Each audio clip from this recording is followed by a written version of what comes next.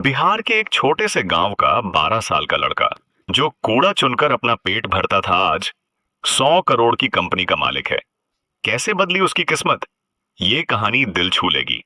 बिहार के नवादा जिले के पास एक छोटे से गांव सोनपुरा में एक गरीब परिवार रहता था। उस गांव में कच्ची सड़कें थीं, बरसात में हर तरफ कीचड़ भर जाता था।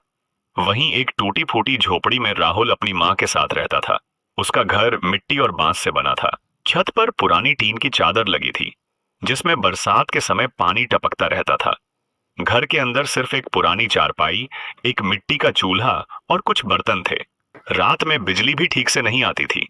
कई बार तो पूरा गांव अंधेरे में डूब जाता था। राहुल के पिता कई साल पहले बीमारी से गुजर चुके थे। उसकी मां सरस्वती देवी गांव के अमीर घरों में झाड़ू पोंछा और बर्तन साफ करती थी। कई बार घर में खाने के लिए सिर्फ सूखी रोटी और नमक होता था। राहुल अपनी मां को दुखी देखकर चुपचाप बाहर चला जाता था।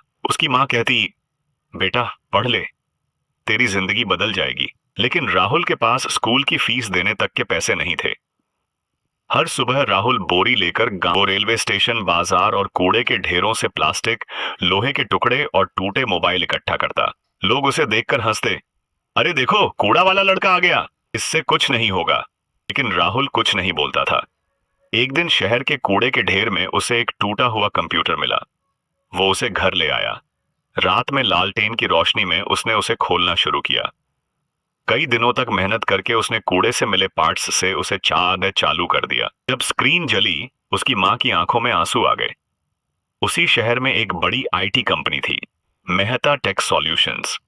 उस कंपनी के मालिक विक्रम मेहता एक दिन वहां से गुजर रहे थे। उन्होंने राहुल को कंप्यूटर ठीक करते देखा। वो हैरान रह गए। उन्होंने राहुल से कहा, बेटा क्या तुम मेरी कंपनी में चलोगे? कंपनी पहुंचते ही लोग हंसने लगे। गांव का लड़का कंपनी में, ये 100 रुपए भी नहीं कमा सकता। लेकिन राहुल चुप रहा। उसने दिन रात मेहनत की। कुछ महीनों बाद कंपनी का सर्वर क्रैश हो गया। सभी इंजीनियर्स फेल हो गए।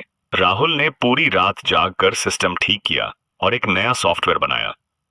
उसकी वजह से कंपनी को 100 करोड़ का कॉन्ट्रैक्ट मिला।